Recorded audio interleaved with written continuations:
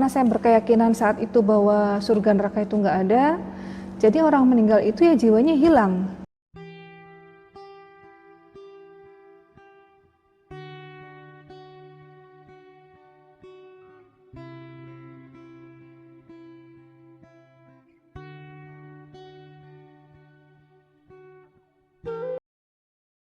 Assalamualaikum warahmatullahi wabarakatuh.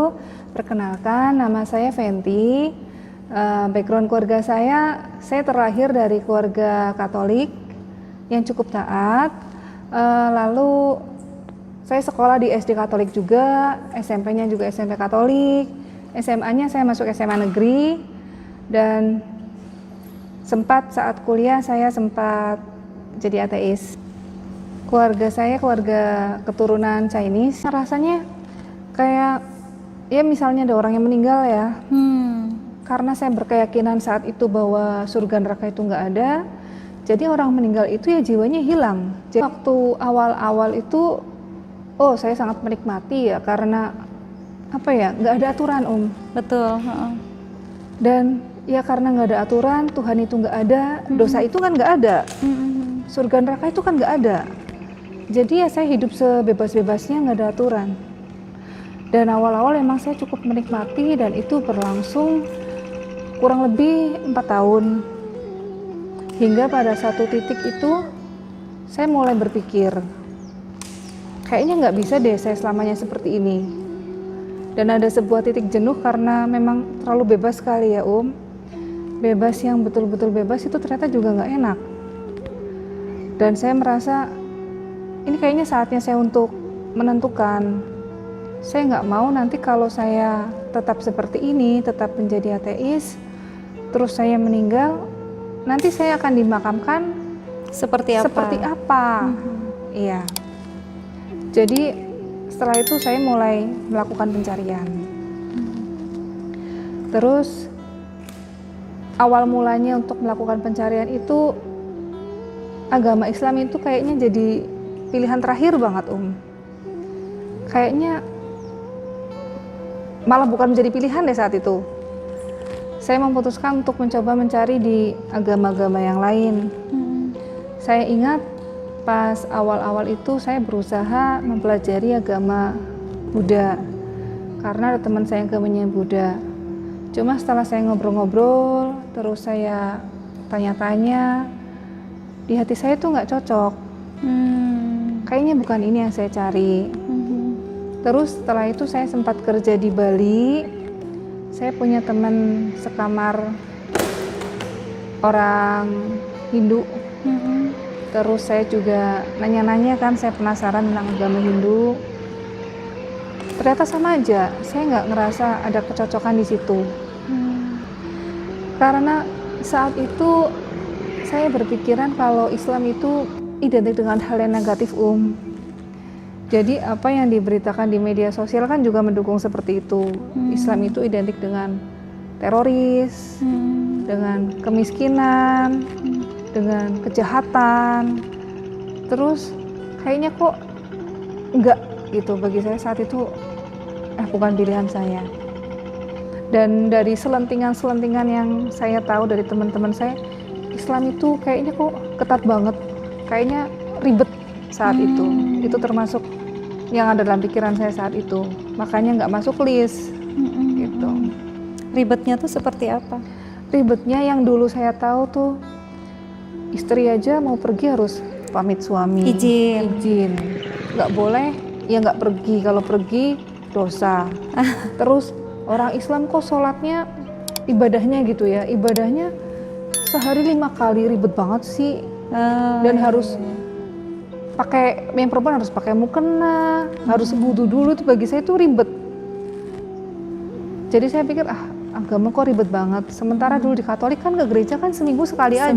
Iya, makanya saya selintingan dikit-dikit dapat dari teman yang agama Islam kan, saya lihat kegiatannya sehari-hari juga kalau pas lagi main. Ribet banget sih. Dikit-dikit bentar-bentar sholat gitu. Jadi kayaknya ya selain karena pandangan negatifnya secara umum itu, agama Islam itu saat itu saya nilai ribet. Jadi saat itu setelah kuliah saya sempat dapat kerja di Bali. Terus yang sampai ketemu teman saya agama Hindu itu. Terus saya belajar agama Hindu dan nggak cocok ya. Saya saat itu masih bawa buku-buku filsafat saya, masih baca-baca.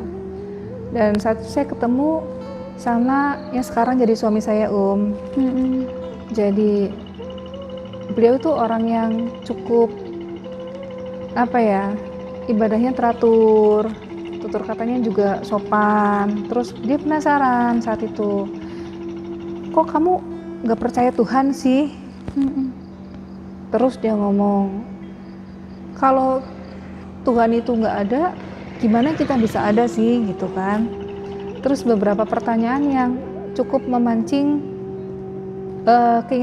keingintahuan saya, Dia kasih contoh aja misalnya, kayak kita manusia, kita nggak bisa memikirkan bahwa Tuhan itu seperti kita, Tuhan itu di luar jangkauan kita, tapi Tuhan itu ada.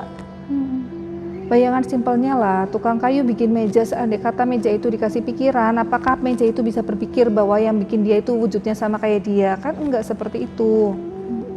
Sebenarnya pertanyaan yang simpel seperti itu, tapi saat itu mulai kebuka. Iya, mulai menggugah hati saya, iya juga ya, gitu kan. Terus saya berhenti kerja di Bali, saya pergi ke Bogor. Nah, di Bogor itu prosesnya mulai berjalan. Jadi setelah di Bali, buku filsafat itu saya singkirkan semua. Saya berusaha untuk mengenal lebih jauh tentang Islam, walaupun masih ada sedikit pertentangan. Kayaknya, aduh janganlah, kayaknya jangan masuk Islam lah. Tapi sisi lain, kayaknya aku pengen tahu gitu. Mulai penasaran.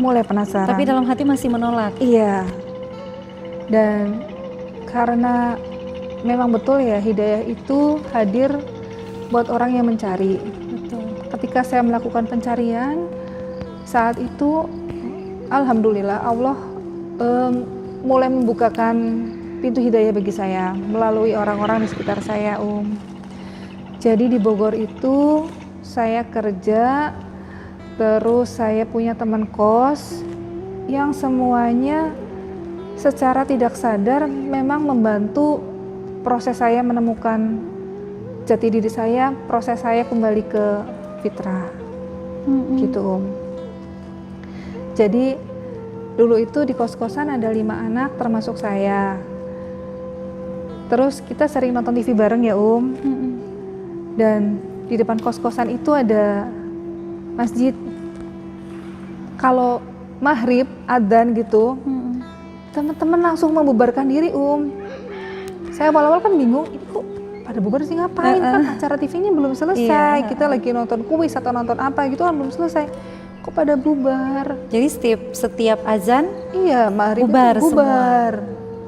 Terus kan saya nggak enak sendiri, jadi saya matiin juga TV-nya kan. Saya masuk ke kamar, dan karena saat itu kos-kosannya sederhana sekali, Jadi kamar satu dengan kamar yang lain itu hanya terpisahkan triplek. Saya bisa dengar aktivitas di kanan kiri kamar saya. Saya dengar, oh iya, pantesan mereka masuk. Mereka ternyata sholat. Terus, oh mereka ternyata habis itu ngaji, baca Quran. Iya, baca Quran. Kanan kiri alhamdulillah aktivitasnya sama gitu. Oh ngaji, saya dengar gitu kan. Quran tuh berarti langsung masuk ke dan tapi saat itu sebenarnya masih ada sedikit rasa penolakan. Iya. Penolakan yang diiringi dengan rasa penasaran gitu, Terus, oh ya boleh kalau kamu mau belajar Iqra, ayo gitu. Jadi diambillah buku Iqra-nya gitu kan, ini belajar. Ih kok susah ya teh ya gitu kan. Ya karena kamu kan baru belajar, ntar lama-lama kan bisa kan terbiasa kan. Akhirnya ini nggak susah lagi gitu. Terus sering sharing tentang agama Islam. Cuma saat itu karena masih ada rasa penolakan ya jadi saya belum memutuskan untuk memeluk agama Islam. Dari Bogor saya pindah, dapat pekerjaan di Pontianak. Saya tinggal di kawasan belakang masjid, terus kos-kosannya itu, ini masjidnya Masjid Agung di belakangnya. Kos-kosannya itu teman-teman memang macam-macam ya, ada yang muslim, ada yang non-muslim. Tapi teman dekat saya muslim.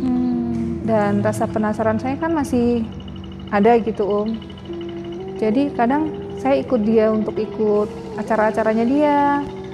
Dia kan gabung di ini kayak kumpulan muslimah gitu Jadi muslimah kumpul, ntar sharing, ntar bahas apa, terus sholat zuhur bersama gitu. Ada kajian ya. Iya. Walaupun saat datang ke acara itu kan kadang bahasnya pakai ayat-ayat suci begitu kan, saya waktu itu nggak mudeng nggak ngerti. Cuma saya tetap duduk aja, dengerin, memperhatikan. Ketika tiba saatnya sholat zuhur, mereka sholat, saya duduk aja di pojokan ngeliatin gitu. Terus ada acara-acara, waktu itu saya kerja sebagai medical representative, jadi promosiin obat-obat ke dokter. Dan ada dokter yang saya dekat juga, terus beliau juga tahu kalau saya tertarik untuk mempelajari Islam. Jadi ketika ada acara kajian atau apa, saya diundang. Kalau mau datang aja, nggak apa-apa gitu. Saya datang, cuma kan karena caranya kajian Islam, saya merasa risih sendiri kalau saya nggak pakai kerudung. Jadi saat itu saya beli pasmina, bukan kerudung yang seperti ini. Pokoknya saya pikir yang penting rambut saya ketutupan. Kayaknya nggak enak ya di tempat seperti itu, saya kok beda sendiri. Jadi ya kerudungnya kerudung ala kadarnya dulu Saya hadir, terus waktu itu kayaknya bulan puasa apa ya. Jadi saat ada kajian saya dengerin. Karena campur bahasa Indonesia, campur ada ayat suci kan kadang ada yang saya nggak ngerti, tapi saya tetap aja dengerin. Terus ketika sholat jamaah ya saya lihat aja gitu nggak ngikut karena saat itu belum memutuskan. Cuma makin kesini saya makin ada ketertarikan gitu ada ketertarikan, dan saya juga mulai dari diri saya tuh tertimbul percakapan gitu ya Jadi batin saya tuh ada percakapan sendiri. Iya betul. Saya perang merasa, batin ya. Iya. Ini kayaknya enggak, tapi kok nyaman gitu ya. Tapi janganlah masuk Islam masa gitu. Ada perasaan seperti itu, jangan sampai masuk Islam. Tapi kok agama Islam kayaknya emang yang benar gitu. Terus akhirnya ada satu titik saya kayaknya ini harus memutuskan deh, nggak bisa lama-lama deh, nggak nunggu-nunggu nanti deh, nggak bisa gitu. Dah masuk Islam aja, belajar bisa sambil jalan. Karena memang saat itu saya juga sempat kepikiran kalau saya meninggal mau gimana. Sementara kembali ke Katolik bagi saya udah nggak bisa, saya udah nggak cocok di sana. Dan agama yang lain seperti Hindu dan Buddha pun saya nggak cocok. Dan Islam itu saya saat itu berpikir kayaknya ini yang tepat. Salah satunya dari Al-Quran ya Satu saya punya pikiran kayak kalau kitab suci yang lain, Alkitab Katolik di Indonesia bahasanya Indonesia, di luar negeri bahasanya kan menyesuaikan negara mereka ya masing-masing, mungkin pakai bahasa Inggris yang bahasa umum. Tapi kalau Al-Quran itu sendiri dimanapun bahasanya sama. Betul. Satu bahasa gitu kan. Dan saat itu saya baru mendengar sedikit tentang Nabi Muhammad ya, bahwa Nabi Muhammad itu kan bisa dibilang orang yang nggak sekolah, nggak bisa baca tulis. Kalau beliau yang ngarang-ngarang isi Al-Quran kok kayaknya nggak mungkin banget. Allah berikan pun nggak ke semua orang. Betul. Dan saya sangat beruntung sekali karena saya termasuk orang yang Allah pilih. Dan sekarang ini yang saya lakukan agar saya tetap bisa menjaga hidayah yang diberikan Allah. Saya gabung dengan komunitas-komunitas yang memang mendukung ya, komunitas-komunitas Islami gitu ya ikut kajian-kajian via online. Saya juga belajar ngaji, punya teman-teman ngaji.